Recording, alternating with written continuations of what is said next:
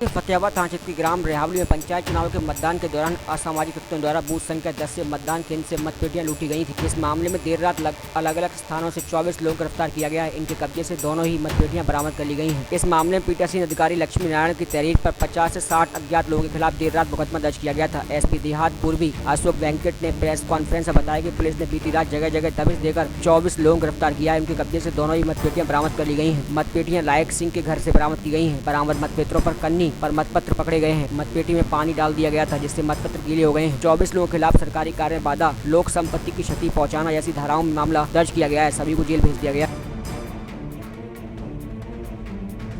त्रिस्तरीय पंचायत चुनाव के दौरान रेहावली गांव ब्लॉक फतेहाबाद के अंतर्गत जो चुनाव चल रही थी उसमें करीब दोपहर 11:30 बजे से 12 बजे के बीच में तो गांव में जो आपस में जो प्रत्याशियों के बीच में झगड़ा हुई थी, तो उसी झगड़ा के दौरान दोनों बूथ में मारपीट लड़ाई झगड़ा हो रही थी। उसी के दौरान एक बूथ के अंतर्गत अचानक भीड़-भाड़ आ गई थी और उसी भीड़-भाड़ में से कुछ लोग मतपेटियों को लेकर खिड़की के द्वारा कूदकर वहीं से भाग गए।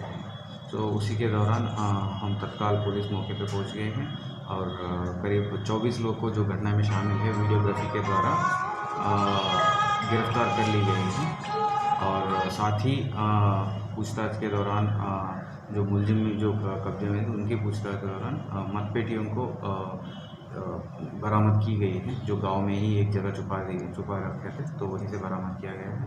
तो इन लोगों के खिलाफ डकैती धाराओं के अंतर्गत मुकदमा लिखे हैं 395 और सरकारी कर्मचारियों को बाधा कराना और 7 CL एक्ट और 3/4 PPDP एक्ट के अंतर्गत मुकदमा लिखी गई है और इन लोगों के खिलाफ आगे भी सख्त से सख्त कार्रवाई की जाएगी और जितना भी जो पाबंद हो रखे थे उस समय तो उन लोगों के खिलाफ भी 122 रिपोर्ट दी जाएगी और उसी के दौरान जो पाबंद तोड़ा गया है उसका वो पैसा बरामद किया जाएगा और पैसा ना देने के क्रम में उसका प्रॉपर्टी जब्त किया जाएगा। क्या आपका बिजनेस नहीं चल रहा? क्या आपके पास कोई ग्राहक नहीं आ रहा? तो घबराइए मत। टोमिंडर ऐप आपको रोजगार की 100% गारंटी देता है, साथ ही सर्विस भी, वो भी घर बैठे।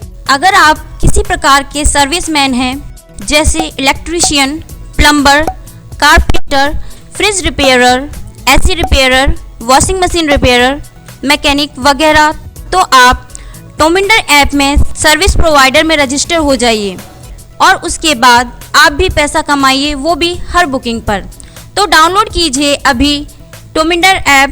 साथ ही अगर किसी व्यक्ति को किसी भी प्रकार की सर्विसेज की आवश्यकता हो तो यूज एज कस्टमर में लॉगिन कीजिए और घर बैठे पाएं हर प्रकार की सर्विसेज।